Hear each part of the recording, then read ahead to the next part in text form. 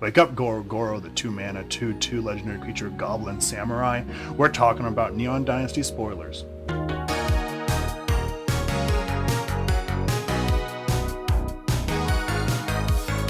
Hey guys, welcome.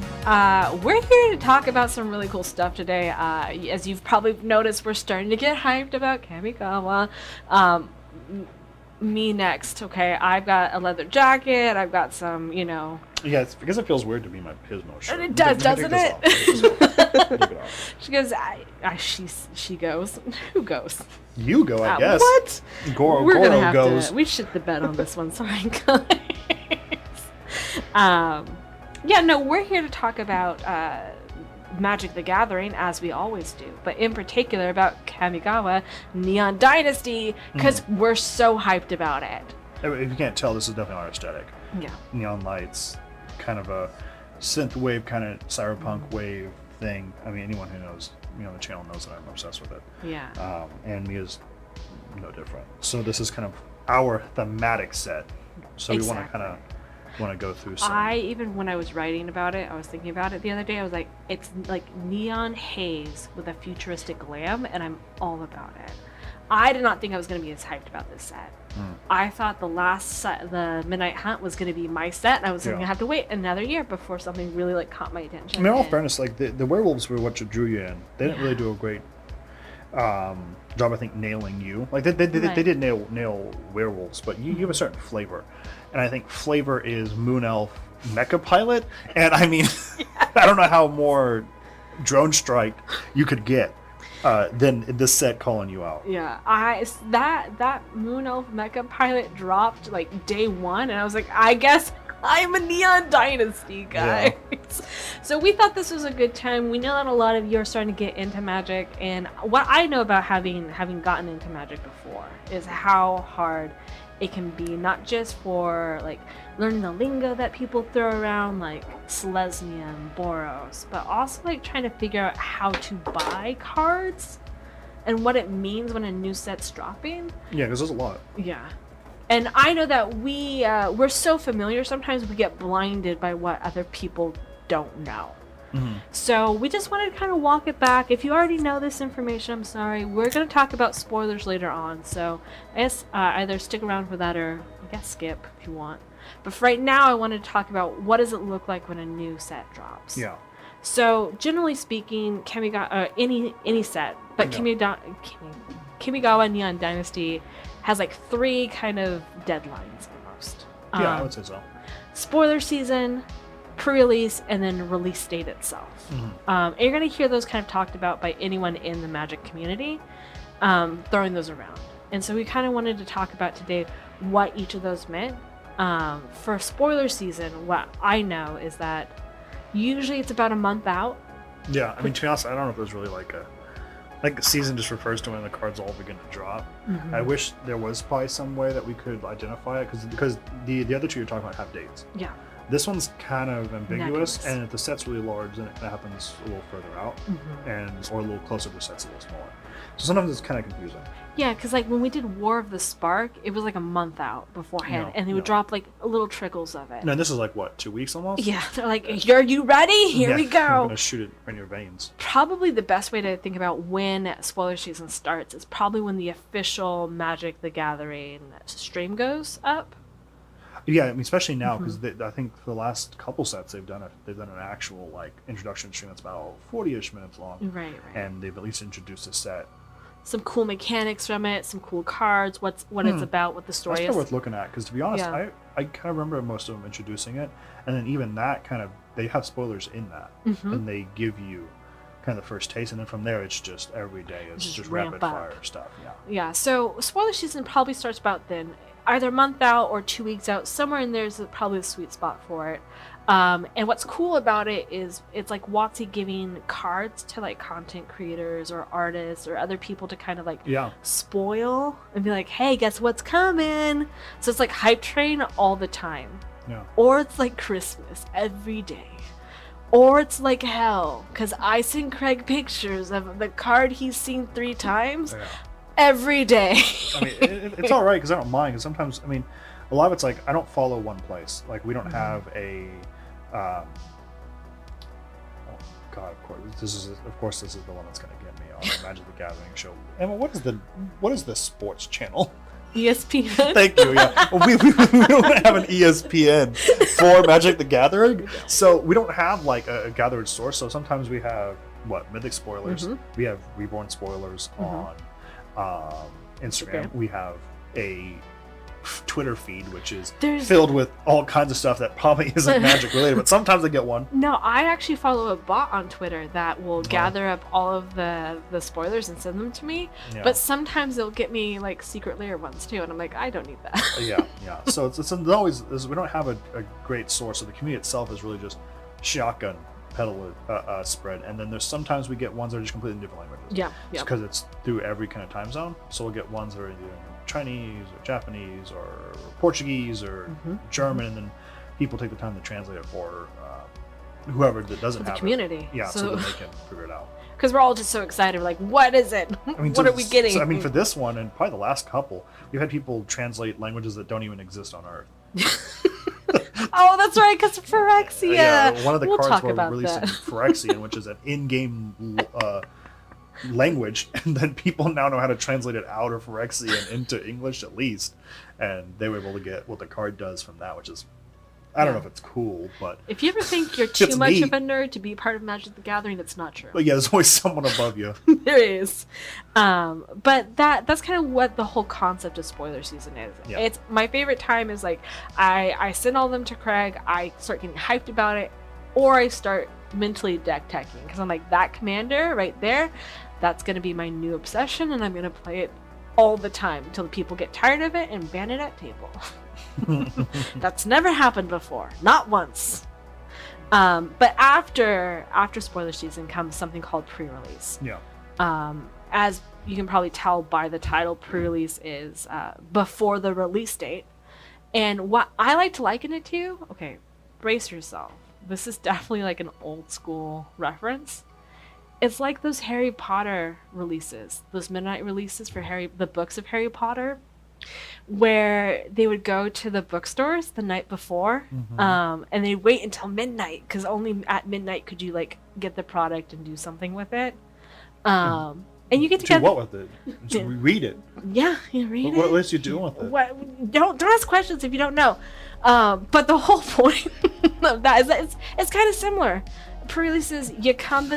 I don't know if it is similar. I'm kind of afraid. What happens at a Harry Potter's midnight release? You know, I'm sorry. Did you never have any midnight releases you went to? At some point, I just have never had it described in that way. It sounds kind of sinister. Ominous. Yeah, it's fine. Don't worry about it. I didn't put any hexes on anyone, I promise. If you were going to, that'd be the place to do it. Yeah, I think so. There's a lot of support for you there. Your community's there. You're having a good time. You get to talk. So it's just like I'm sorry. I'm really hung up on this thing. So it's just like a midnight release of a video game or anything else. Right. Except you come in costume. So how is it similar to the Harry Potter one? Okay, that's what I want to know particularly. What exactly are you doing with the Harry Potter one that is similar? Well, just in the sense of like this is what's relatable to me and hopefully to some of you. You've done that because I've done this thing, you know, and I'm like, what's happening? Well, because if I just say pre-release, I'm like, I don't know. Do I even want to go to that thing? Will it be gross? Will it be like scary? No, it's just you're hanging out with some people who are also into magic, doing magic things. Yeah. No hexes, I promise. I don't know if you promise that, especially in this era. Yeah. Wear a mask. And we'll kind of get into like more of what exactly pre-release is, but at its base, that's what it is. You come, you get to buy some sealed product, and you get to hang out with your friends and play Magic. Yeah. Done. Then the week after pre-release, that's actually street date. That is release date official. That is when the product actually gets to be sold in all of its variations. Booster boxes, collectors booster boxes, set booster boxes. Yeah, there's a lot of different commander decks. Sometimes a different theme decks. Will we get a toolkit? Probably not. But if we did, it would be then. It would be on release date. Yeah. So and that is officially when if you've pre-ordered cards from like Card Kingdom or TCG Player during the hype prices, that's when they officially can sell it to you. Is when release date happens. Yeah, Schmaus is probably more reliable that's when they get their product and they can sell it. Yeah. Because they have it in store, and everything else is just you're not shipped yet. Right. And so that's just all what it is. If you're eagerly waiting for Kamigawa and Neon Dynasty, like I am, like Craig is, then you'll see that spoilers start wrapping up soon. Yeah. I think the official pre-release date is February 11th. Yeah, so it'll be Friday. Right. And then February 18th will be the next Friday after that. Yeah. Which would be release date. Yeah. So if you want to go to pre-release, February 11th, check your local game stores. It's like 3 days away from Launch Squad. Yeah. Right now. So close. So very close. And then if you want to just wait to buy product till it's officially released, February 18th. That's mark it on your little calendar, circle it, sleep with it under your pillow, whatever you do. We need to kind of touch it. I want to make sure that people aren't lining up outside of like Walmart No. to do that. Pre-releases are only specifically for like certain stores, local game stores. If you have like a little game store, you could probably look on their Facebook page. People use Facebook, They probably their Twitter, or whatever else. You them? can go inside and be a person and talk to them. I know in this digital age, and ask them. But like things like big box stores don't do pre-releases, so it's kind of specific to mom and pops or larger entities like sometimes like events will do them, kind of like Channel Fireball and stuff like that. Yeah. So it's definitely not like. Don't go to Target is all we're saying. Don't go to Target. Don't go to Walmart. Don't go to Target and cast hexes and blame and be us like, that you've why? done that. Yeah, don't go to Target and cast some hexes on the employees that are there. And if you do, and then ask where the Harry Potter books are. All right. If I do, and if you do, don't tell them that you came here to do that. I don't want to bailing you out of prison for that. Okay, don't do it. Yeah. 0 mouths. So you go to prison prison for life for casting hexes. Local Florida man goes to prison for casting a hex. Are you telling me that you wouldn't send someone to prison for casting a hex on someone? Okay, we're getting derailed again. What is a hex and why are they going to prison for? Does it kill somebody? It could. In 3 years or something. You know what? Look at the magic card hex. Oh no. That is a card. Let me know if a human being could. You might want to lift your phone up a little bit. The camera could see you. Just because you can look up. Yeah. Don't go to your local Target and start writing people's name tags down. To hex them. Don't do it. 0 mounts, guys. You're looking very swaggy. Thank you. Yeah. Mia said I had to because it's our Neon Dynasty episode. I didn't tell him he had to. It's obviously he's just hyped about Neon Dynasty. Why you gotta ruin? I am. Sometimes you need these.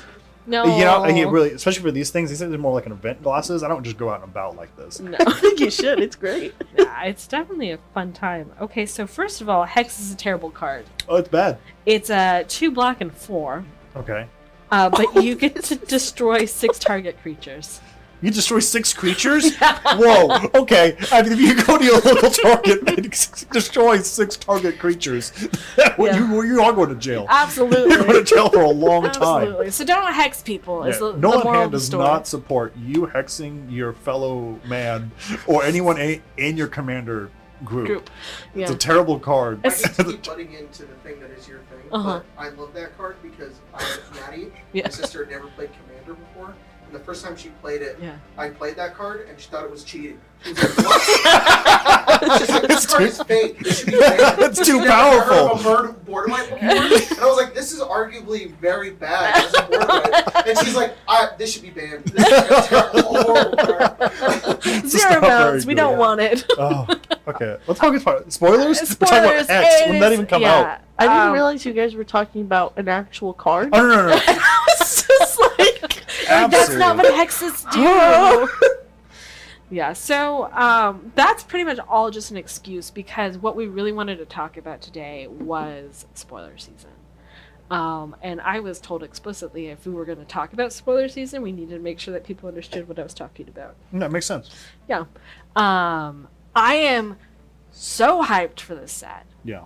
I cannot even contain it. I don't know what to be more excited about. Yeah. Ninjutsu? Yeah. Samurais? Artifacts? Shrines that are creatures? I don't know what to do with all of my excitement. I don't know where to put it. Oh, pilots? Pilots are back! I don't know. What did I do? What did I do to deserve such a wealth of goodness to be given to me? I can already tell I'm going to get banned from playing that pilot commander. No, to be honest, it's probably the best. I don't know if you will. I think it's a very good card, and I hope it makes a lot of vehicles very good. Yeah. Because to be honest, vehicles have been on the back burner for way too long, and they need to be not. I'm so excited about it. Also, I thought, because there's a couple pilots in the set so far that will discount crew. Yeah. I thought that meant that we were gonna get a bunch of vehicles that had astronomical crew cost. Because anytime we usually have like a mechanic that will discount, sometimes they'll offset it to balance. But no, regular crew costs, like 4s. There's a 1 that's in there. The most that I've seen so far were all ones that effect didn't do anything for. Yeah, like, it made it barely. worse. It made it actually worse.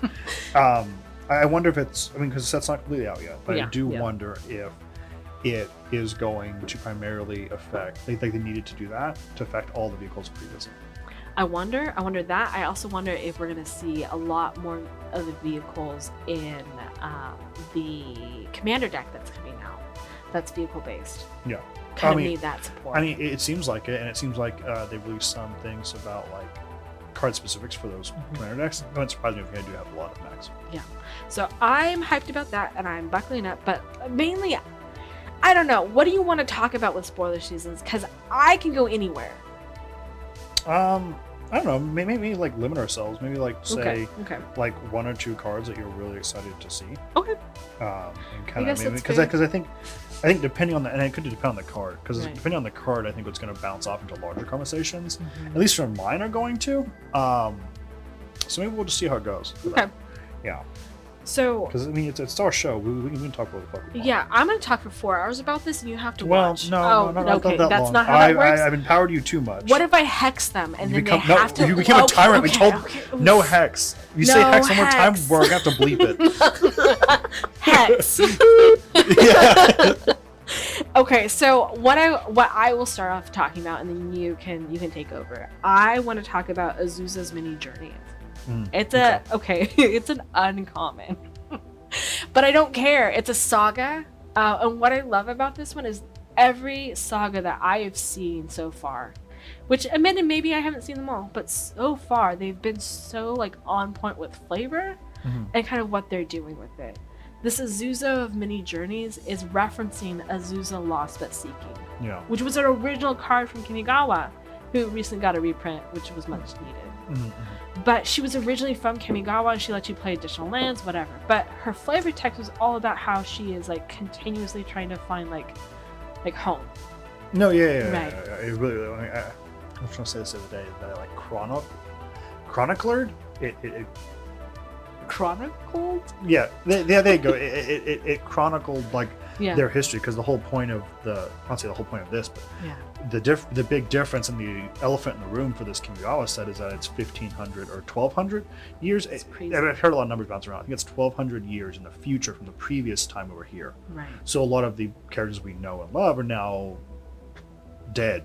And if they're not dead, what are they? Yeah. And that's our. So you get to see like some of the sagas are even like eras in Kamigawa's history that have passed, or in a way you leave like Azusa, for instance, a story open, but that never really gets a chance to finish. This kind of gives it at least a little bookend, right? And then room to come back and fill in their lore if they want to. But it doesn't feel like I showed up and then none of my favorite cards were there. Which, talk about a smart move on WotC's part. Yeah. Because like it's taking the best of both worlds. It's being able to get your neon donut to eat. Okay. With I'm here for it. Just keep going. Your past Kamigawa, I don't know. Rice? Emma. Okay. Hexer.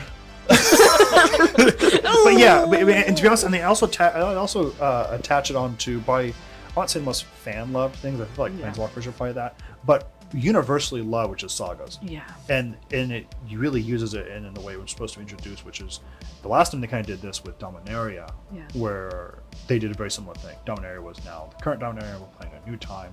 A lot of characters we know don't exist anymore, or they're older, and what happened between that. So they used things like History of Benalia to talk about what happened in Benalia, and then now we can talk about what is going on. And the best part about the sagas in general with that is it gives you, like, the players who are invested in the lore an ability to kind of go through and look at, like, what's been happening in this place that I love. Yeah. But also it gives players who maybe don't care about it be able to go, oh, this is a cool card that has cool card effects. I play it. Yeah, you know, and it has a lot going on. And this is, to be honest, this set has a lot of different. It reminds me a lot of the way Ikoria was with its creatures, where each creature was 3 creature types and one nightmare horror dinosaur or something. It would be a bunch of stuff. Where this one is like 3 different card types in its own. We see artifact, enchantment creatures, like reality chip. Yeah, it's just crazy what they're playing with. And I like it. Yeah. And sagas do that, where they're sagas, enchantment creatures, because it flips a lot of the time into something. That's what I think is new about. I don't know about a lot of the previous sets maybe, but I know that at least for Dominaria with the sagas, they never flipped into creatures. They would do things like create tokens of things, avatars. I would say you're pretty safe saying that I don't know if they've ever turned into a creature. I think this is one of the first times it's really doing that. And we kind of talked about it already with Kamigawa. Yeah. But for this Azusa one, it turns into the likeness of the Seeker. Yeah, I mean, that's that thing that they really want to push, that Kamigawa has this, like, and it's actually in a card, the living lore, where history is alive still. And like the spirit world and the Kamigawa world are all kind of together, and they're actively pushing on one another. So even though if it is old, it's still part of your history, which in still way has like a physical manifestation in it, like Okagachi Manifest. There are cards that just, even though they're gone, still have creatures, which means they have some kind of agency over the active world now. No, and talking about that, the the living lore. Yeah. That is such a cool card too. It is. Not only you talk about flavor win with it with the saga, but the mechanic of it I think is really cool too. I know that she can only tap at sorcery speed, but that's one of the things that people have talked a lot about with sagas, is that for some people they refuse to run them because they're just too slow. Yeah. Which, I mean, there's always been ways that you can put counters on if you're running blue, like clock spitting or something like that. Yeah, that has to be something. But this gives you a creature. It's Selesnya, so it's green-white, but you can tap it and put up your saga counter, and I think that's phenomenal. Yeah, did you say that there's a lot of Enchantress tech here? But it does give Selesnya and green, more importantly, more viability, which it doesn't really necessarily need. But it does make, but there are cards that are fixing that completely. Yeah. Like there are cards that completely swing in the opposite direction. So it's like if green's one card is living lore, that's fine compared to some of the other ones that just are crazy. Really good. Yeah, I'm actually kind of excited to see if there'll be any other saga support that comes out. Yeah. I think it was enough. If they had just given us sagas that flipped into creatures, I would be blown away by it. I'd be like, that is so cool. No, they're definitely pushing that envelope for sure. But it's like they went, but what about one more thing? Yeah. I know you think we're done, but what if we just tried this one more thing? Yeah. And it makes me wish that they were going to do a second set this year.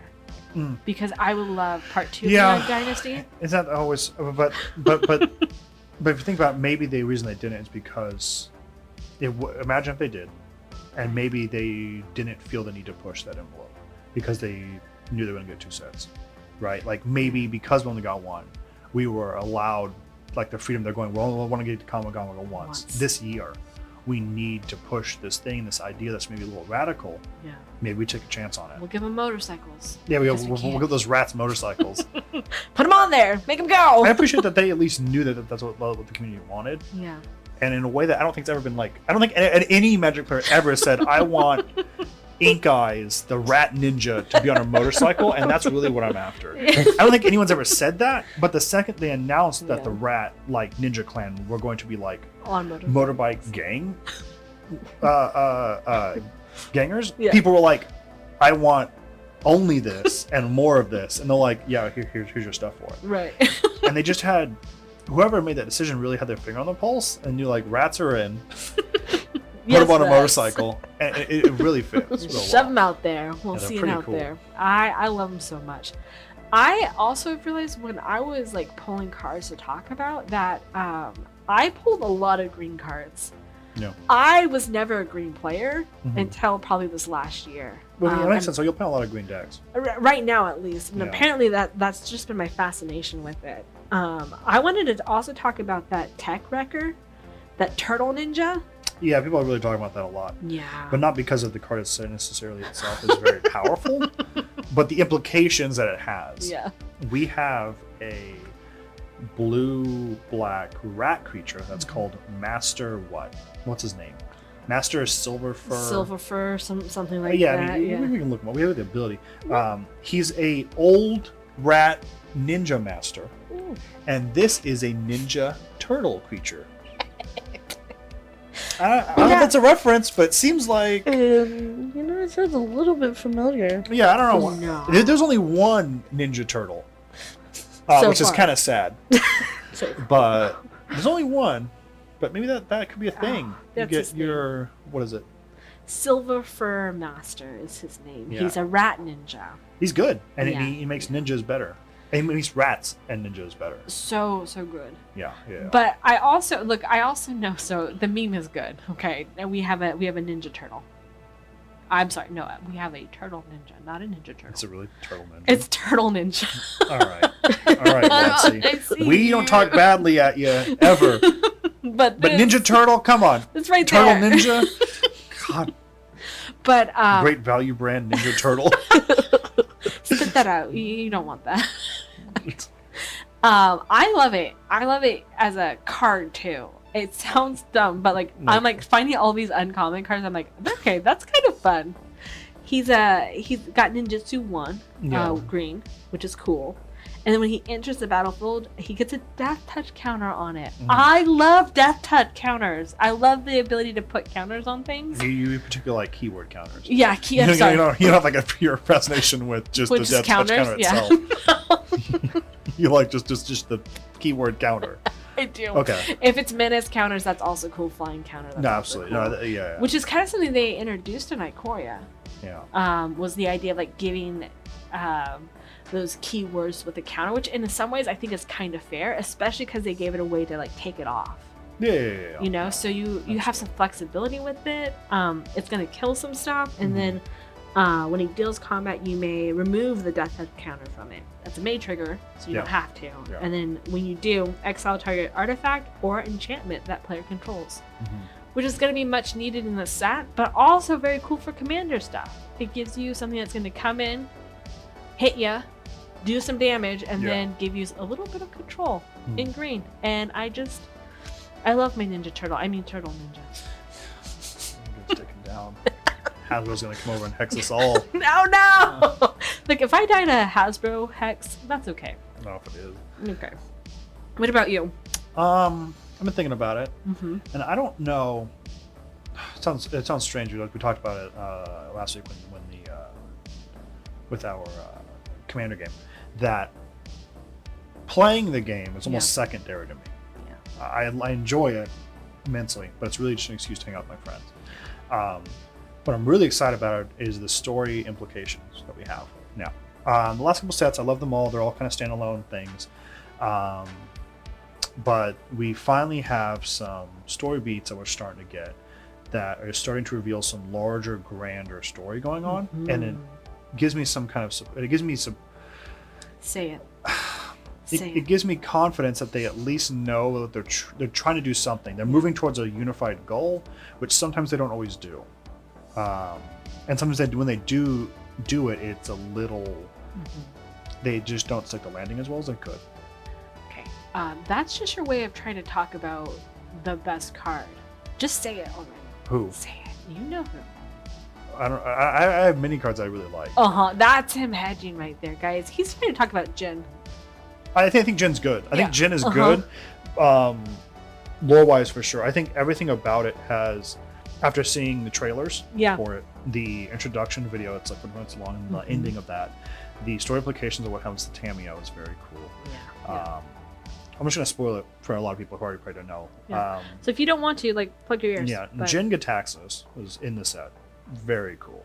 The card is functionally very powerful, and it fits the same realm that Vorinclex's second card fits as well, where it's still Jin, Core Augur, but it's a newer version that doesn't do the same thing. It's almost kind of more fair. Yeah.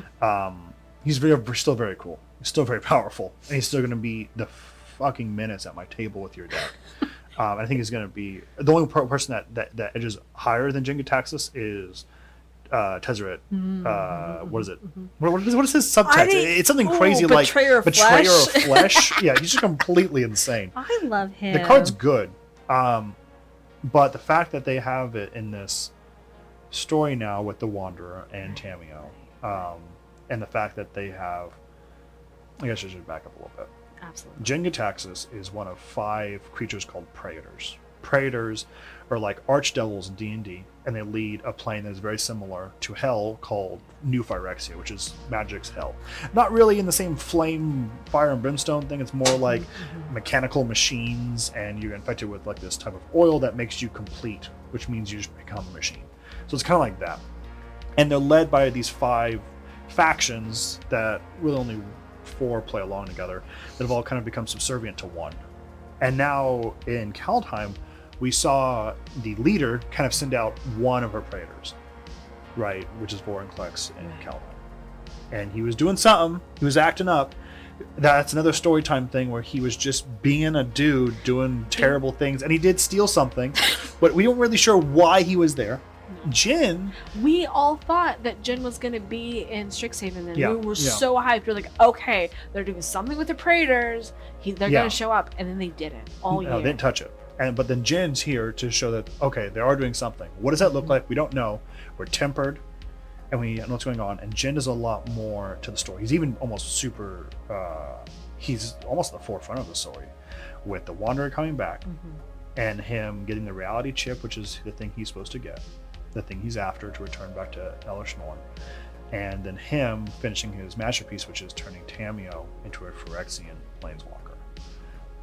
That is what I'm most excited about. The Phyrexian planeswalker part. People online are a little worried about it, because before, in the olden times of Magic, and the game's almost 30 years old, so in early 2000s, they couldn't turn Urza. That was the whole thing. They can't turn Urza, they can't turn any planeswalker, they couldn't turn Karn. Because if they did, it would snuff out their spark and they died.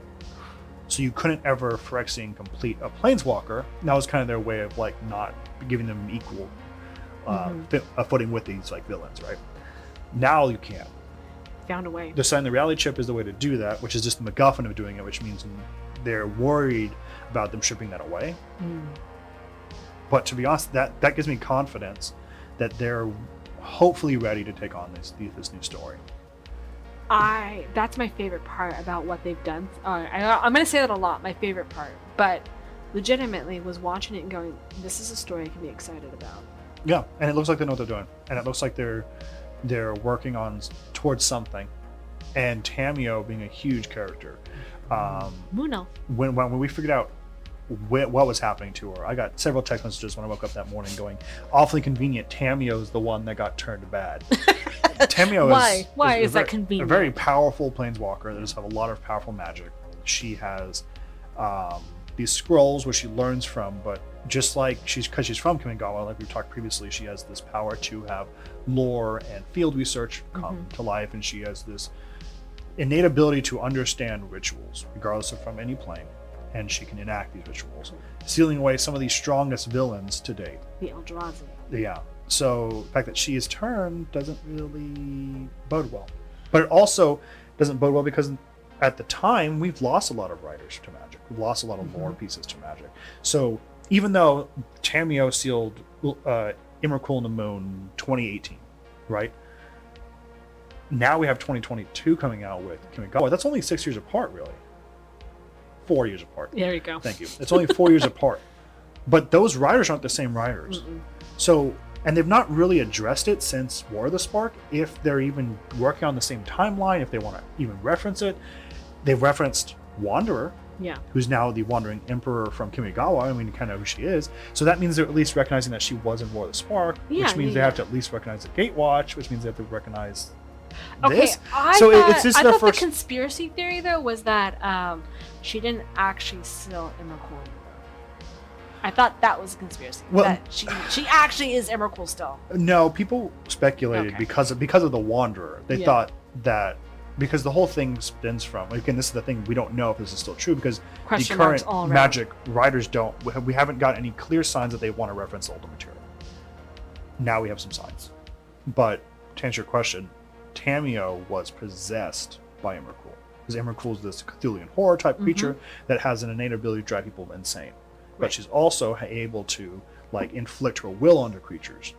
Planeswalkers are much stronger, so what happened was she was able to possess Tamiyo and gave her the idea to seal her away. It could be because people speculate that, and I think in the story it does confirm it, that if not, Liliana would kill her. I see. And it would completely destroy her like her two brothers were previously by Chandra. So this could have been a way to like just save herself for now. Yeah. To prevent her from actually being killed, even though they can't really be killed in the same kind of way because they're kind of like the kind of manifestations of creatures or whatever. So it's odd that Tamiyo, who was possessed by Emrakul, who happened to seal her away, turns into a bad guy for these bad guys, and they're like, Jin-Gitaxias is like, you're my masterpiece. Right. Tamiyo's strong, powerful. But you're like, why Tamiyo? Why Tamiyo? It's that thing of like, unfortunately, I'm very excited about it. I think there's a lot of cool implications about it. I think we're all a little afraid, so we're like buckling up, just in case. But I have a lot of faith in this. I'm just willing. I'm like, take my money already. That seems to be. I know a lot of people are very upset and they're a little worried about this Tamiyo thing. There's a lot of people that are a huge fan of Tamiyo, and they're just very cool. They're sad to see her kind of flip sides in Guild turn because that doesn't usually mean a good thing. Sometimes villains in Magic aren't necessarily super well represented. I don't know. Tezzeret's done well. I don't know if that's true. I don't like that he's a lackey again. Oh, that's fair. But he seemed to be kind of not in the story too. So you gotta wait. I think a lot of. I'm sorry. It's 2022. I think we turn over a new leaf, and we just trust WotC. We just hope for the best. I think a lot of people, not the Tamiyo people, because they're rightfully upset. Yeah. A lot of people have said this, that they are cautiously excited and ready for a new thing, and they're slowly like a cat, like a stray cat outside, like peeking inside the door, like am I gonna get got if I walk in this door? People are starting to kind of trust them again, at least in a narrative perspective. So my favorite part about spoilers is Jin-Gitaxias, Wandering Embor, and more importantly the implications of Tamiyo completed Sage. Okay, but also the Phyrexian version of her is so pretty. Very cool. So cool. But I want to talk about the Wandering Emperor. Okay. As you kind of talked about, Wandering, we got introduced to this character as only the Wanderer in War of the Spark. And it was kind of cool because out of the War of the Spark, we got a lot of like new planeswalkers that we've never seen before that were kind of uncommons and commons too. Probably. Yeah, we got 36 so of them, many. So there have to be at some point. Which was it was such a cool concept. We got a ton of that were brand new, but I think the coolest one that got introduced was the Wanderer. They even gave us that backstory about how, unlike other planeswalkers who can like kind of not effortlessly, they expend a lot of energy to go to another plane. Yeah. And then they kind of have to like recharge almost and go to the next. Yeah. It's opposite for the Wanderer. The Wanderer finds it very easy just to go to other planes, and a lot harder just to stay in place. Yeah. There was a lot of speculation about this character when she showed up because the way the hat she was wearing was covering her face. We had no idea who it was. Well, it was kind of a big deal because and it wasn't because just the fans were speculating. You know, people can data mine and see what they want, but promotional material, they were doing kind of a Infinity War style promotional thing. When War of the Spark came out during our spoiler season, they gave us like posters to hang up, and they were like movie posters. So you'd have Nicol Bolas in the middle and Gideon Blackblade with his sword, and then they had like actors were tribute, like you had Gideon, Chandra, and then it was just the Wanderer. So they were intentionally going out of their way to give this character some kind of mysterious essence to her, and because of the 36 planeswalkers we did get, I guess 37 if you count Tezzeret, who were present, and even the people that were narratively present in books and side stories, there were people missing. Yeah. So there's a lot of questions about, well, we know Theros is coming. It's going to be Elspeth. Designed, is this Elspeth after she left, like hell, where she was? After she came back alive? Yeah. Who is this? Is it Emrakul returned? Because they're thinking that she was trying to become trying to become a planeswalker. Right. Is that why? Because because Eldrazi is the other creatures that have the ability to plane shift around. Right. Is it all these other questions? The Kamigawa aesthetic. I was like, was it a Kamigawa planeswalker? And no one could really know. New. Yeah, and there's just a lot of questions. There were everyone was talking about this character, trying to figure out where they fit in lore and everything else. Because to be honest, I feel like this is probably people are gonna be mad about, but I feel like the War of the Spark was almost the height of narrative of at the time. No, I would say so. I definitely don't agree with the ending, but I was so hyped about the story they were telling with it and everything else and how they got to that plane. I was like involved with it. And then we have this character who has like not only has a really cool like different take on planeswalking, she also there's just this who is this person? Yeah, I mean, to be honest, in a set and the build-up of that. Yeah. I think it feels very similar to what we're getting right now. We're getting a build-up. Yeah. Something something like this, and it's being fed to us. But in that Wanderer, they were. Oh, I forgot my thought. I'm sorry. That they were. What did you say? Danny, did you forget yours thing too? Well, I have something else to say about it. I'm sorry. This is payoff though. That's my favorite thing about it. Is I have such a concern about whether this story will pan out, but I think that's part of why I'm so comforted. Is like. The Wanderer introduction was such a cool thing, and I really loved this character. I loved what they were doing in the beginning of War of the Spark, and was disappointed. Yeah. But now, I'm kind of almost getting rewarded again, where it's like, that character that you really liked and thought was cool, guess what? It's this person. Isn't that cool? Yes! Yes, it's very cool that she's the Emperor of Kamigawa. Yeah. I like that they still keep it a little bit there. I think she might be named in the actual side story right now, but on her card she's not named. She's just the Wandering Emperor. Yeah. And she's right now the only planeswalker to just because what does her card say? As her legendary planeswalker what? Legendary planeswalker. Yeah, it still doesn't name her. Yeah. Even though I think we might have a name, but it intentionally doesn't name her, and I like that. I like that they're still keeping this aura of like mystery to her. And actually I think I remembered my thought previously that this feels like that build up. Mm-hmm. And I think people can talk about stories in themselves. Like Ravnik has its own story, Theros has its own confined story, but extra planar storytelling, we really only had the Brothers' War, which is at the very beginning, and at the tail end of this year, we'll have a set based around it. Weatherlight. Yeah, but that was kind of tacked on the Brothers' War. Sure. I guess you could have the Weatherlight be that, but I don't know if it was necessarily like. I guess you could say that. You could say Brothers' War, Weatherlight. But I feel like Weatherlight deals with a lot of like what Urza's responsible like things were. Weatherlight, War of the Spark. And now I hope we're getting this new thing to add to that, to the fore. That, I agree. I think that is, I'm excited because I feel like I got rewarded for liking this character and the fact that they pulled them off well. Yeah. And then I feel like I now have faith again in this Praetor storyline that I thought was just a fluke. Yeah, I'll be honest. So I am very excited about it. Also, the art for the Wandering Emperor is so cool. All the art's good. I've not seen one artwork that I don't agree with. All that's super solid. You're not a huge fan of showcase art. Yeah. Just because there's a lot of good reasons I think you have for it about like having like your deck aesthetically look the same way. Yeah. Sometimes you feel like the art's a little stretched or goofed. Yeah, early on, full arts, they wouldn't necessarily design the artwork to be full art. They just take the artwork that was meant to be a certain way and then they'd stretch it. Right. And I think that does. I don't think I ever ruined any of the artwork ever. Mm-hmm. But it did. If you're going to do these things, why not really set out to do the thing? Right. And this is what my response was. Exactly that. If you're going to do these full arts, going to do the alternate arts, going to get all this other bullshit, and you want to try and sell me this thing, don't be half-assed about it. Right. And they weren't. Absolutely Since not. I want to say maybe Strixhaven, maybe even earlier, they have not half-assed anything. Nah.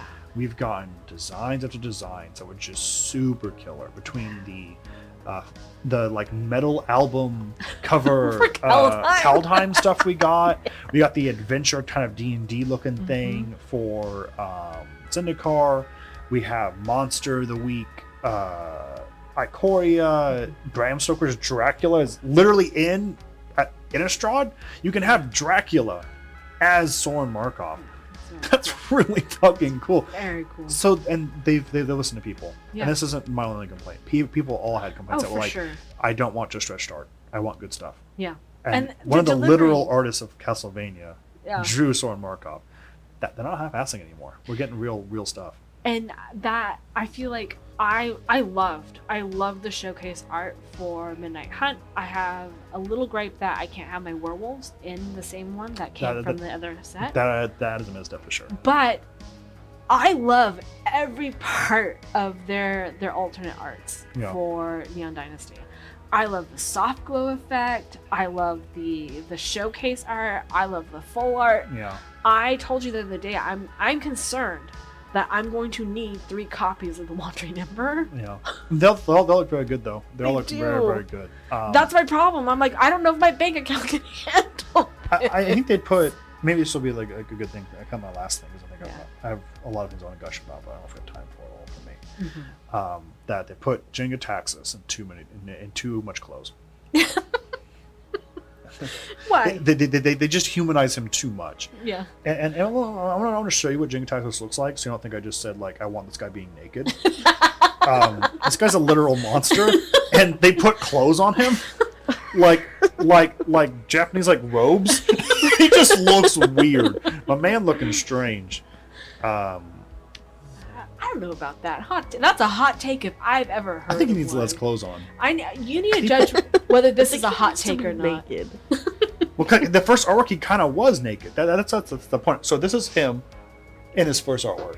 Okay. You see what I mean? Yeah. Not humanoid in any way. Like his spine is like this like big. Like The new one. snake. Here, I got it for you. You get the new this one. is the new one. Well, this is one of the versions. He might show you a different one. Yeah, show the version where he's in like the Oh, little. is that the soft glow one? It Yeah, I could don't be have the the soft glow. one. I just have. Huh. But I will also tell you that there are a lot of people who are very. No, I love that they did put him in little clothes. I like So that they cute. dressed him up. No, I was gonna say some people are thirst trapping for him. They are. That's the weird thing. They are. Just saying, Phyrexian. They made Vorin collects a deer, but Jenga Taxis is getting a fit. They're like, look, he's going to Kamigawa. He has to fit in. It's a little blurry, but he's like clothes on. What is it supposed to be covered? I suppose I like that he's covering- like trying to blend in. It's like he's undercover. You'll never know it's me. Yeah, yeah. I'm the ninja. You're like Ninjutsu. Oh, I, no. I think even in the trailer it says he has teeth for eyes. You're like, he's an odd duck. Look, he's just trying to appear not Phyrexian. That's it. That's all he's trying to do. He's failing. I think some cargo shorts and a t-shirt ain't gonna do it. Do you want to tell that to Jin that he's failing, or do you want to just let him complete other people? But he didn't fail. He got all this, but he did get cut in half. The story talks about that when he gets cut in half, Oof. and then Tezzeret shows up and he's like, "Take us home." and then they do get the chip and they take both halves of him back to New Phyrexia, Look. and then they do weld them back together and he's fine. I gotta hope. I And he's have like, to have hope Tamio, that get got. Tezzeret's actually gonna be the big bad at some Ooh, point. Tamio? No, Tezzeret. No. In like, I don't know, another season Over from Elish now. Norn? No. What if he was like playing the traitor, heel turn? I Kami? do not like. You just don't like Tezzeret. No, I don't like Tezzeret being the goon. He's been goon for like 12 years. I'm done with him being the goon. Maybe Like he even said, "I'm done being the lackey." In War of the Spark, Tunic of Balls, and he was like, "I'm done being this guy's goon. I'm gonna be my own person and defect." Uh-huh. He can't defect again and heel turn again if he already heel turned. He totally could. Look, you're just mad because that Tezzeret Planeswalker is going to be brutal in Freya. Yeah, I mean, also That's it. his name's really crazy. Betrayer of Flesh. Flesh. It's a good Look, name. he just found the light. He was like, Phyrexians. Oh, this is what I've been trying to be Well, I mean, this he's entire already time. kind of more machine than whatever he is anyway. Last thing to talk about that does not have to do with spoilers with him is just the fact that the masterpiece artwork of him has that like crazy moon hand of his and a mustache. Oh. And I get so angry about it every time because I was so sad. I was so hyped. I was going to buy it. And then you were like, mustache. And I was like, no! It is really cool. Tezzeret's kind of hot. And then for his masterpiece, which I don't go half-ass on me. No. Go full or nothing. And they did. And then they give this poor man like a tiny little pencil mustache. It's the funniest fucking thing. The only thing weirder is Sarkin getting the full like kind of Fu Manchu thing. Yeah. Oh, I mean, both are very fitting. No, absolutely. And I think he looks better with a mustache on. No, but it's like he was a villain, and then now he's just kind of like a cool dad. He looks as okay. To be honest, I bet Emma will probably see it when we do Emma's thing, because I think the most recent of Seeker is that. Yeah, go to Tezzeret your Planeswalker thing, yeah. and you might be able to look up. Oh, never mind. What? No, you're good. Go to your Planeswalker thing we're going to talk about for your quiz, and find Tezzeret the Seeker. Yeah. You have to scroll all the way down because it's alphabetized. But he's there. He totally. My other favorite thing about Tezzeret is I didn't know he was a villain originally, because I knew nothing about lore, zero amounts, and then I sat down at table like really hyped about my Master of Metal, which was like $5 and a terrible card. Very hyped about it because it was like doing cool stuff with my artifact deck, and you and another person were like, you know he's a villain? I'm like, shh. Don't you say that about my Tezzeret? He's been a goon, and my boy needs to be a true villain, because he deserves it. The boys lost to Jace, and I don't like that. No, Jace is D tier, F tier at best.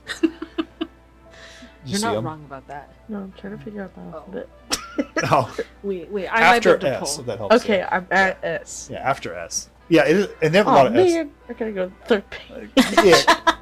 Okay, so what's next before we do Emma's thing, since Emma's currently that's right. I got so wrapped up in talking about Tezzeret and his moon hand that I forgot that it's now time to talk about pre-release.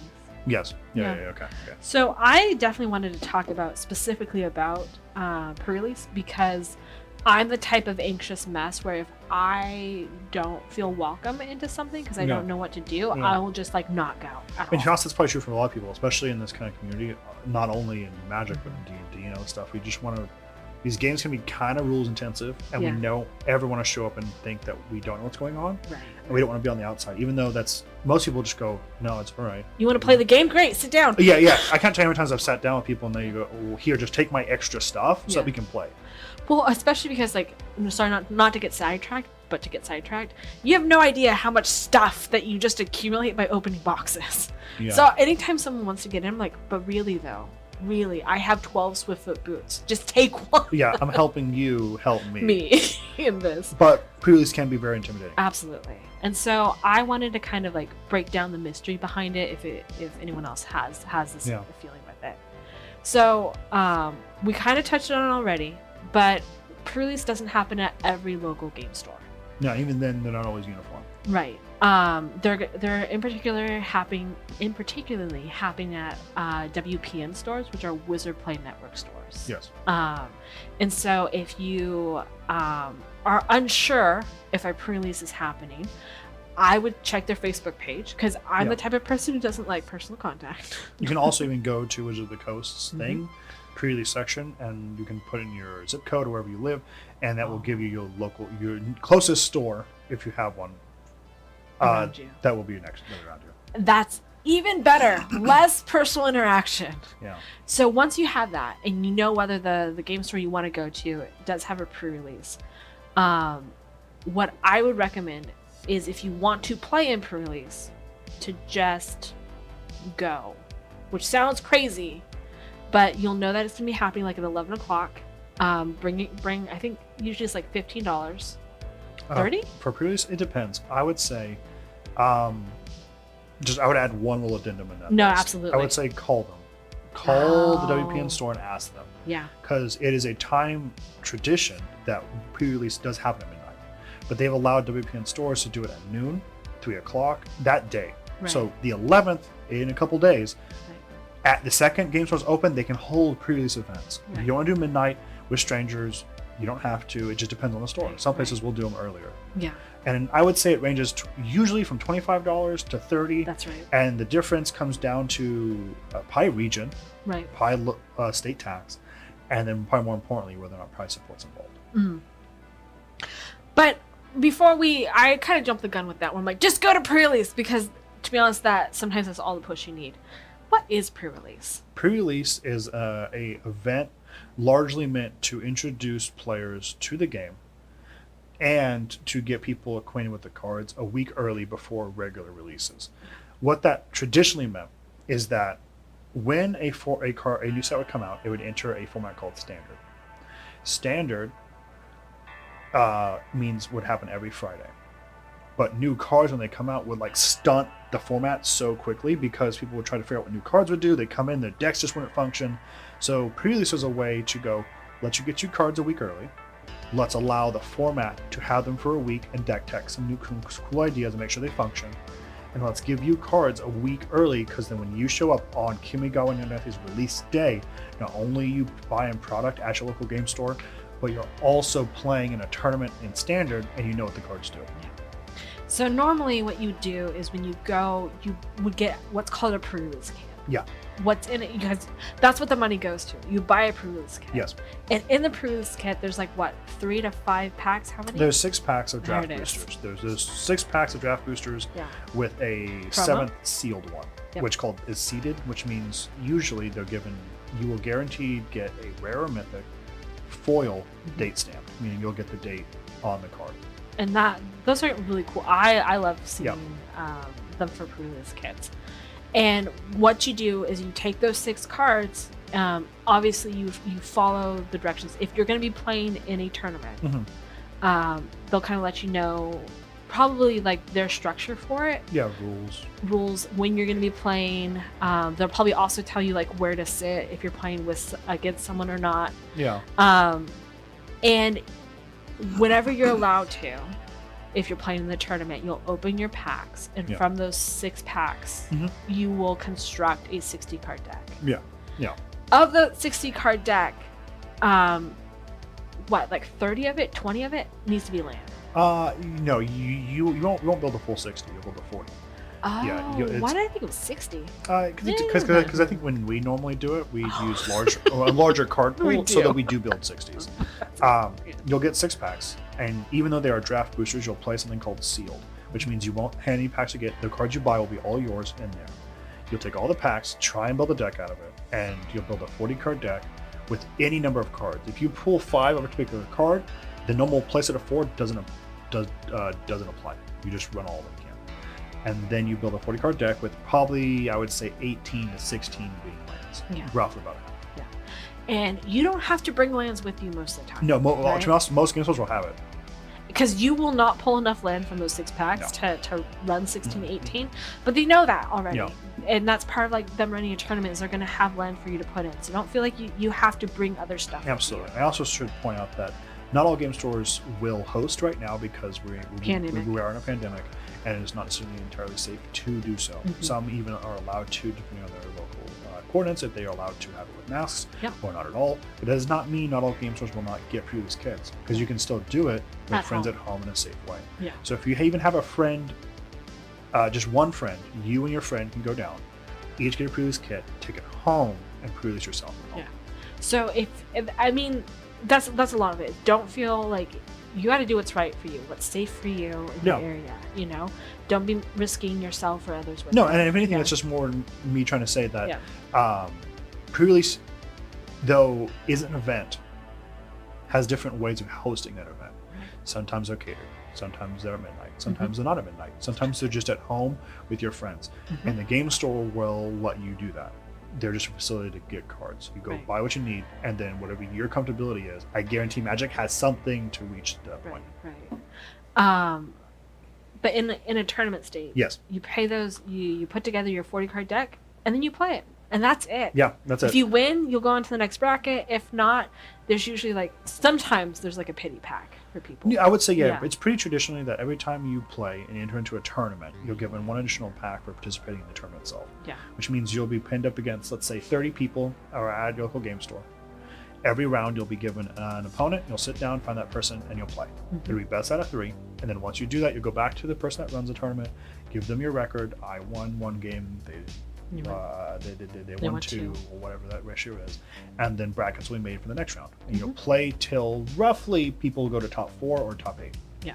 And then at that point, the money you're paying into, that $30, doesn't only go towards all your packs, it goes to something called prize support, meaning each of those 30 people roughly will put in a single pack, which means 30 packs are up for grabs. Yeah. So if you place in top 4, first place is going to get like 18 packs. Second place is going to get, I don't know, we'll say 6, and the other ones will get like 3 and 3 or something. Yeah. I don't know if that completely maxed out, but you'll get something like Math. that. Yeah. And you could potentially get a ton of packs. Sometimes people even do pre-releases for booster boxes. So if you're not me and very good at the game and can make you can come in and spend $30, get 6 packs of foil guaranteed, you're additional on top of that. And if you whoop every person in your local game store, potentially get 10, 12 more. Yeah. And then you just get tons of packs. Yeah. And that happens pretty regularly at stores. That's like just a normal tournament thing at Standard or whatever. And to be honest, a lot of this is I obviously we cannot guarantee whatever experience you're gonna have with them. Yeah. But most of the time, the people that I meet in Magic stores are pretty receptive. If you're like, oh, I'm new, I'm learning the game. Oh yeah. They're not gonna necessarily be like, Judge, DQ this person. Yeah. Don't be intimidated. and if so, then to be honest, it's a poor Just- interaction, and then just leave it, because there are other people out there who are not that person, and we plenty. still want you at our table. Yeah, Main point, plenty. you know. It's always better with a friend. I'd always bring a friend. Absolutely. Yeah. And maybe just try it out. Some even pre-release events will allow you to pre-release and build the deck, and then they'll have drafts on the side, so you can just experience the thing, and then you can jump out whenever you want and play other events and do other things. And the whole day is really just a celebration to celebrate the new set. Just excited that there's new cards in it, and that you're being with other people who have new cards. And to be honest, it's probably also a really great time to be like, hear what other people are saying about the cards and what they want to run it with, or what they want to pair it with, you know? Yeah. Because it just gives you more ideas, you know? However, it's going to bring you the most joy and the most fun. They always say it, a lot of the bigger ones do, like Prof says it, that Magic is Magic, but then there's the gathering part where we all kind of gather in one space to enjoy it. So if you ever get intimidated, take a breath and go, all these people around me, I've been looking at spoilers for weeks, super hyped, think Jen wears too much clothes. Take it off. They're all here for in the same aspect that you're here. Some even knew the same way. Yeah. And they're just here to do the same thing. So if you feel confident enough, and we are seeking to try and bolster some people that are out there that kind of teetering. Like, do I want to? Do I not want to? Try it out. Try it out. And if it's not your cup of tea, you at least get packs for it and you come home. And then next time you can try in a different way, buy packs, and then just take it home with your friends. The other thing I would like to that I want to throw out there about this is that I had a bad first experience with the pre-release.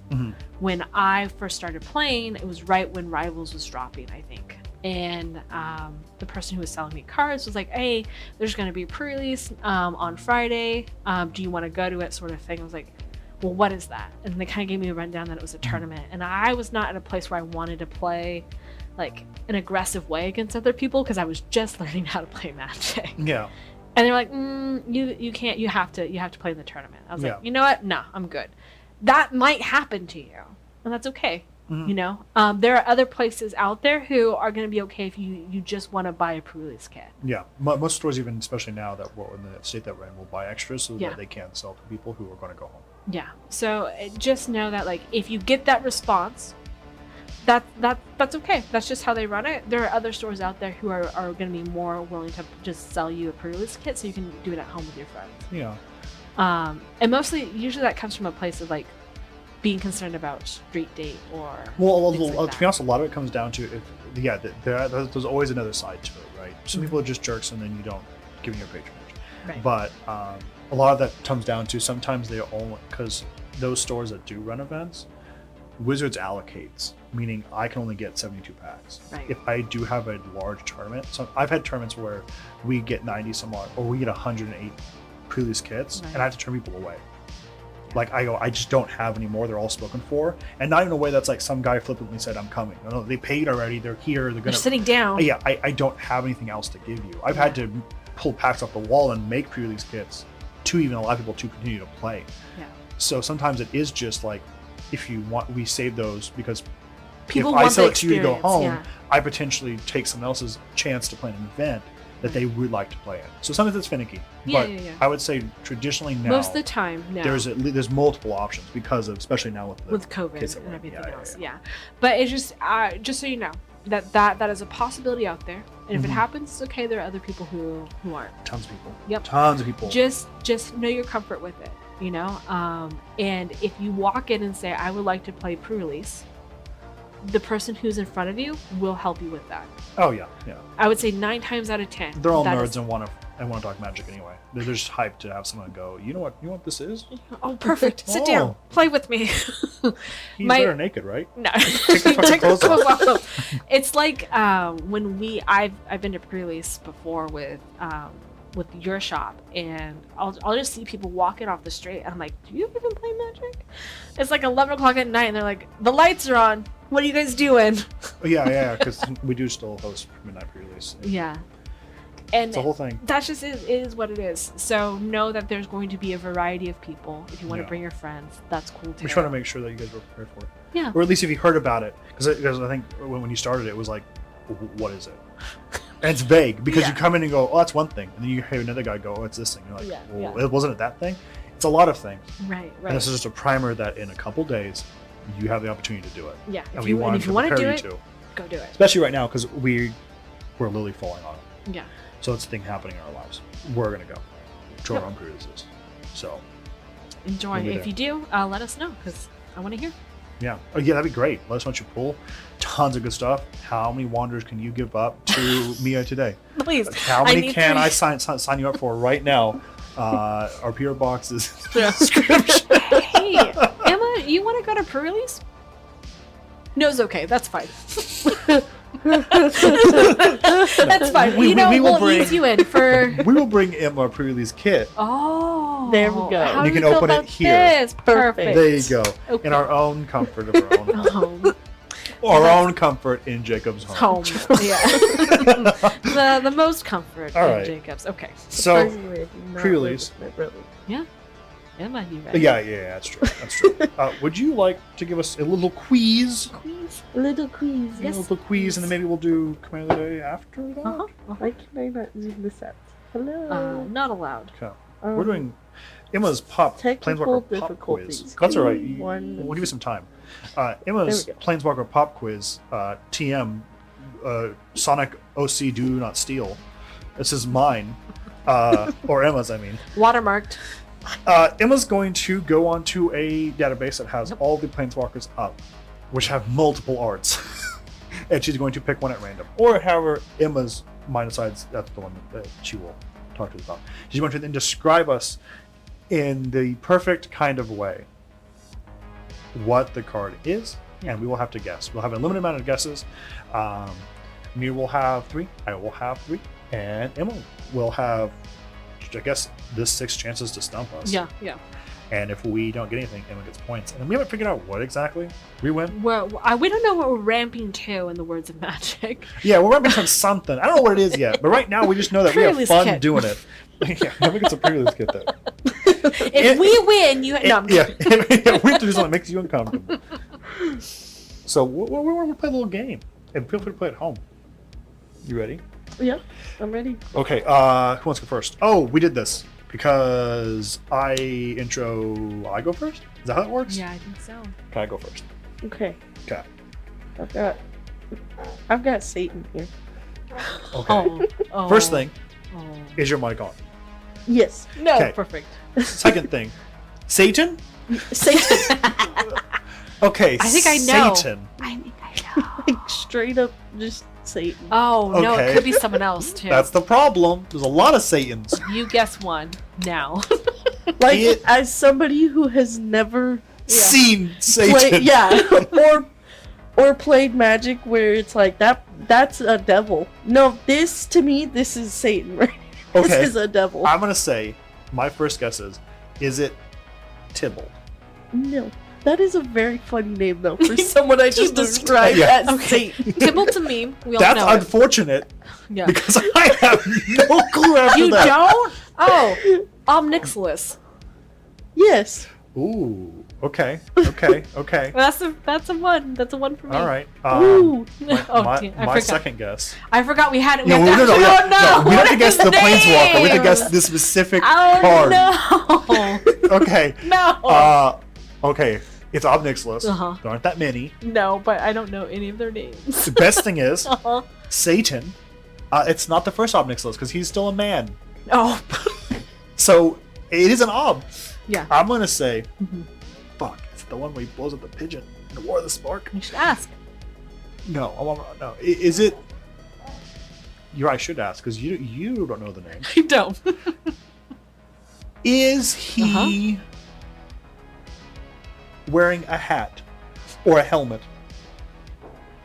I think so. Okay, I'm pretty positive. that's my second guess. I'm not gonna give Mia any ground to walk No. on. Oh no. I helped you.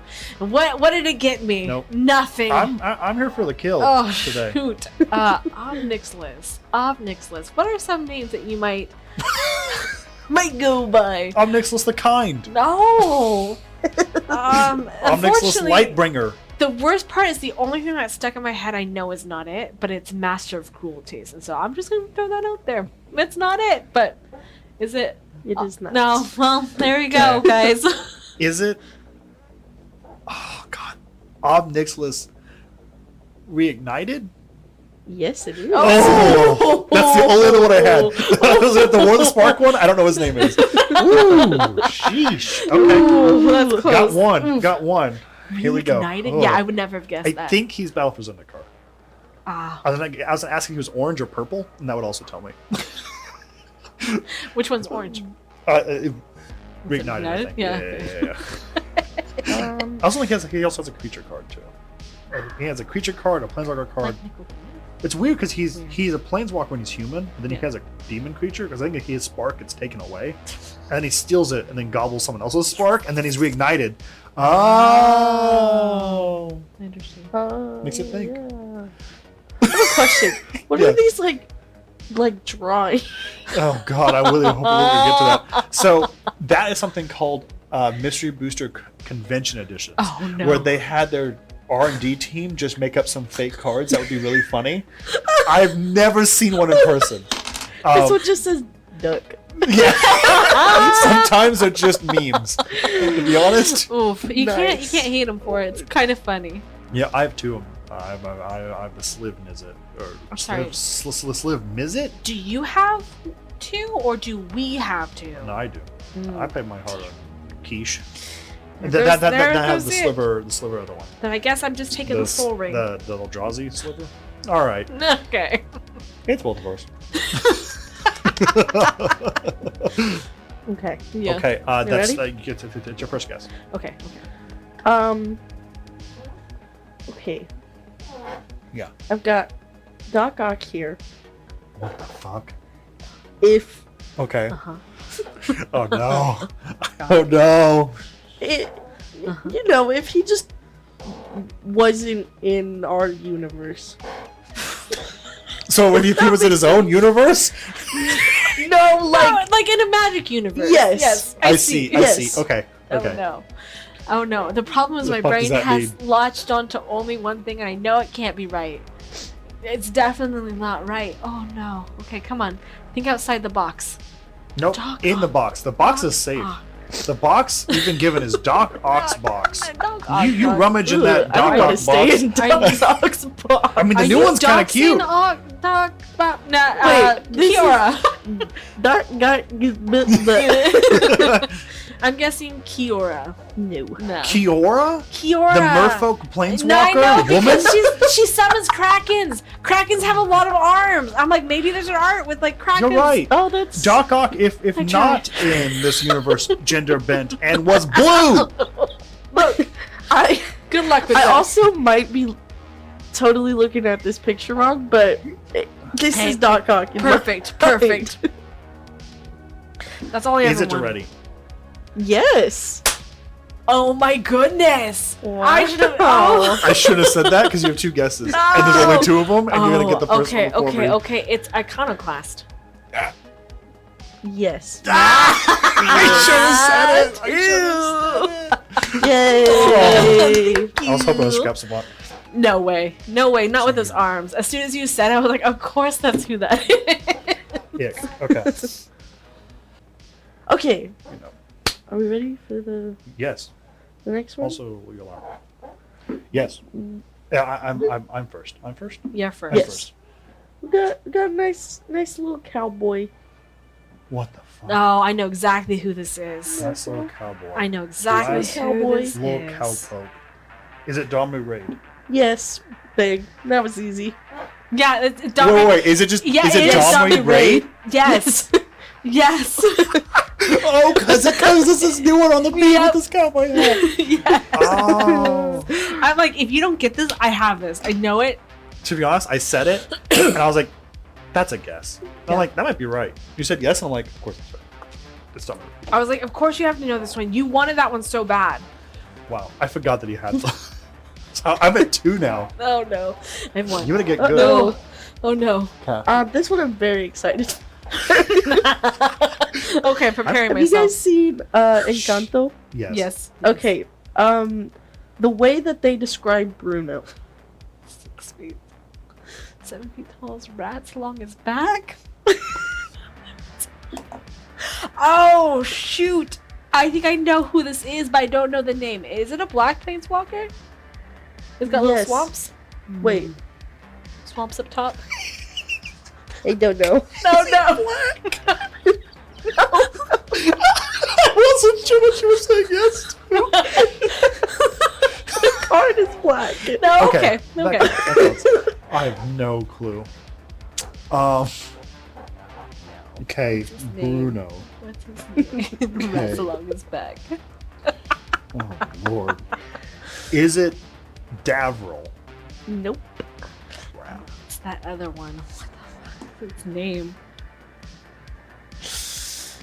No. You need another hint. Yeah. You give us another hint. Yeah. You guys mentioned him quite a bit in the last time we played this. Wait. Crap. No. I think specifically Jacob did too. Oh no! I did not listen to it at all what Jacob said because I never listen. No. That helps though, because Jacob knows a certain amount of sets. Uh-huh. A certain amount of sets. Yeah. What is it? Guess? Bruno. The way they Bruno's description in Encanto. Yes. Not the way he actually looks, Yeah. but how they picture him. 7 feet tall, rats along his back. Oh, Oh no. do you have a guess? Okay, Okay. you get your second, and Uh-huh. I'll guess my second, and then you can have Jacob as your ringer, and I'll have No! and I'll switch as my You ringer. confirmed she knows! You gave me the one who doubts himself! Jacob said it though. That's fair, So that's Jacob fair. could say it. That's See, fair. see. Okay. Suzak. Nope. What? Suzak? I don't know what his Who name is that? I'm Oh, find him. I think You I know know who you're what talking about. Yeah, I know who you're talking about. That's the Suzak. best I got for He you. would have been a way better Doc Ock than Kiorma. Oh, thank you. Okay. Black? Black Bruno. Wait. He confirmed he was a black, but the card's black. Yes. This is mine to lose. He's not Black Bruno. Black Bruno. I mean, he could be black. I don't know, but What does that even mean? Oh no. No. Is he Uh-huh. fuck?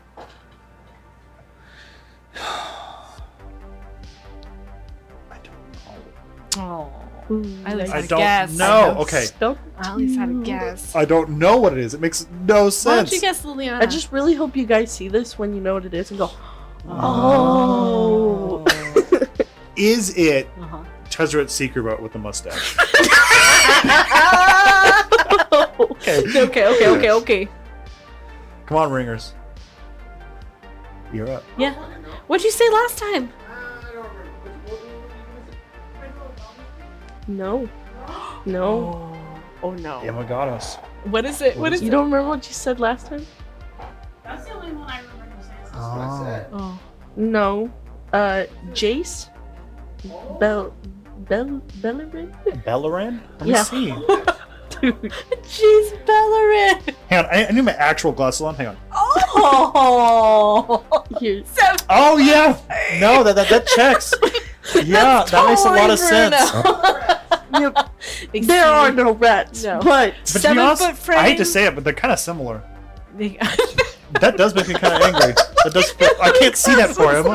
I need my second eyes, my third eyes. Okay, I'm ready for my for next game. Okay. Let's Okay. Oh, You get to go first. I have two. Oh, You I have gotta one. find one. Emma has one. Yeah. Yeah. Oh, come I on. really thought you guys would get that one. Yeah. That's No. fair. I didn't. I was like, oh no. Oh no. No. Hold on. I, for a moment, was like, is it Ral? I Because thought I kept Ral. saying Ral Yeah. all the time. I'm like, that doesn't make sense for Val.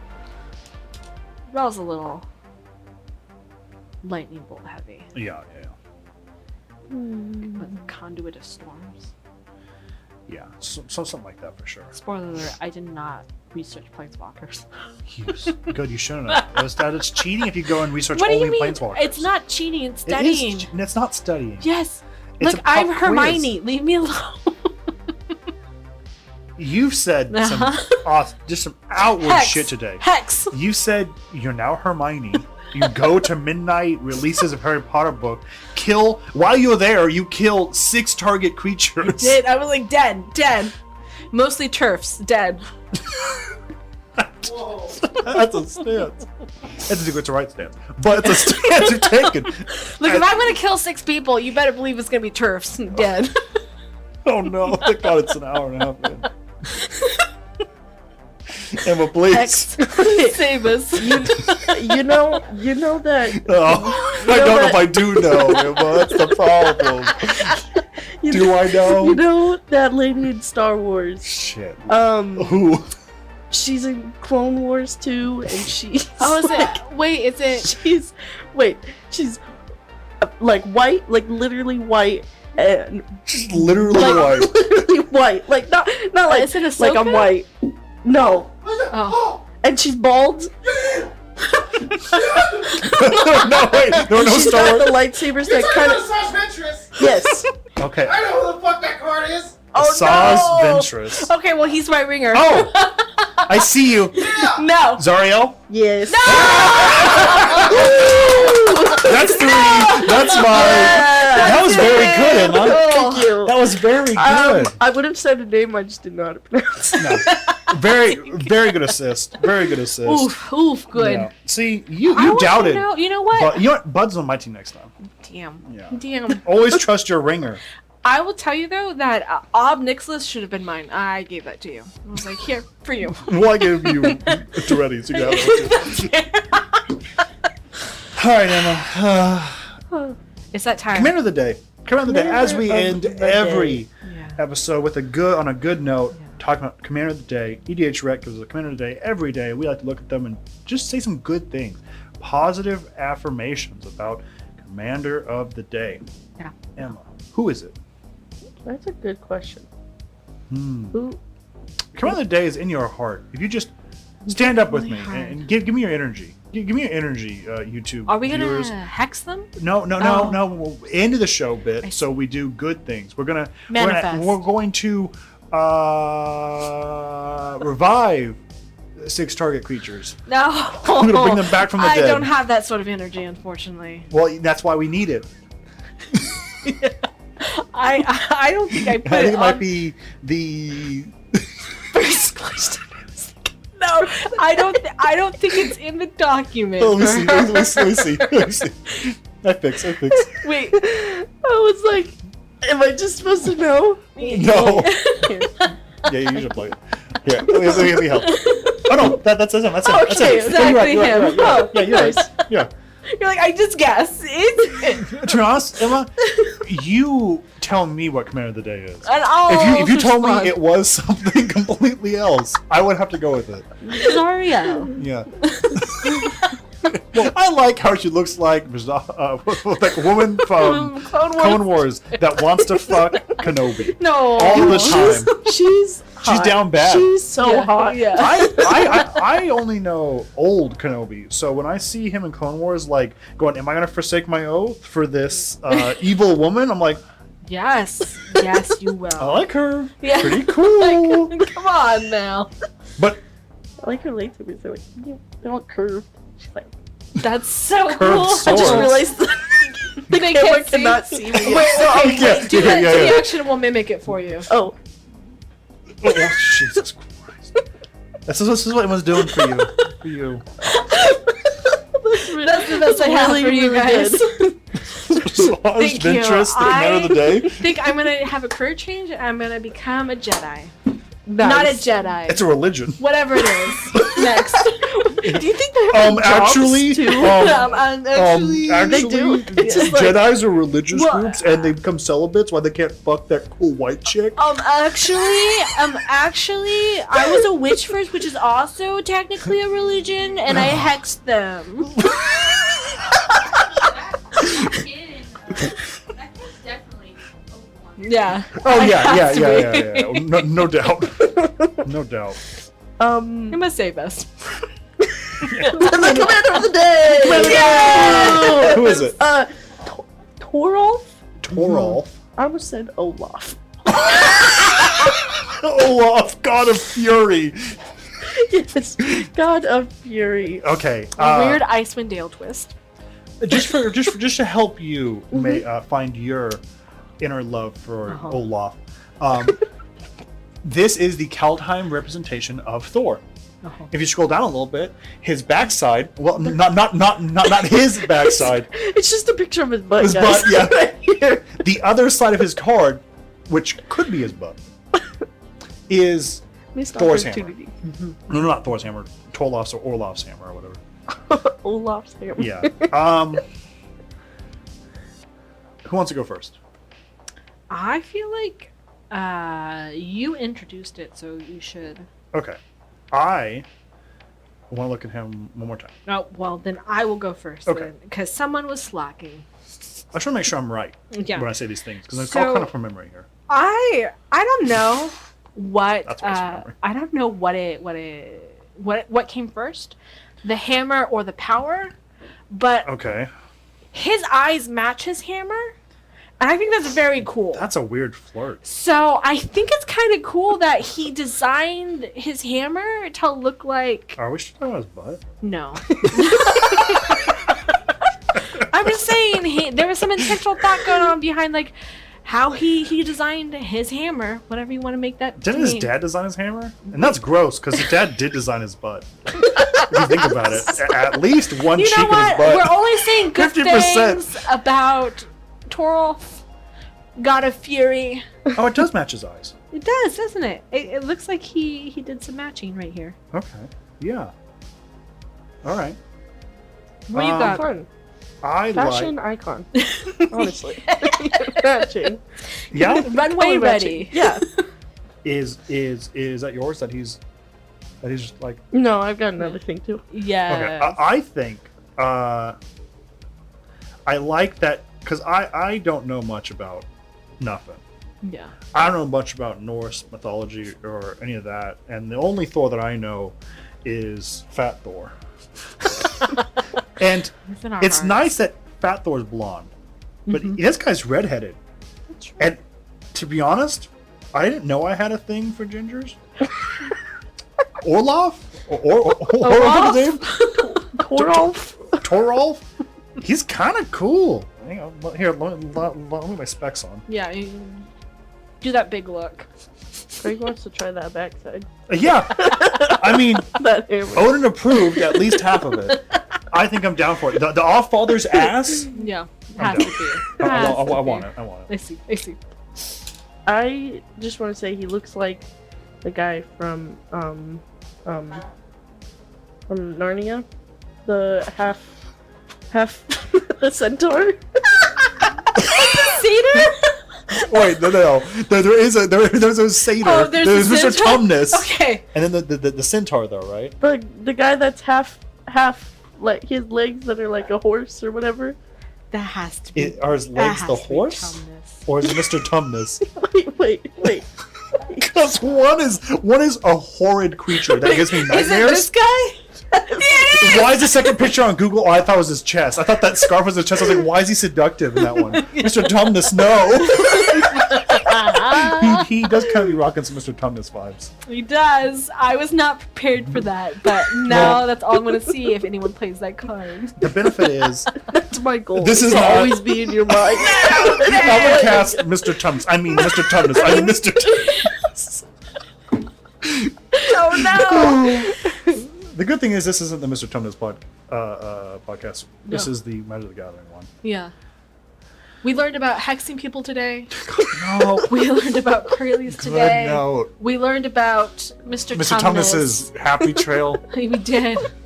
But what do you want to Look send it us up. out on? I would like to say that there's no right or wrong way to play Magic, and that Previous is coming, and it's a time to celebrate, and we should all be celebrating together. So do so safely, Get hyped. and we'll see you next time.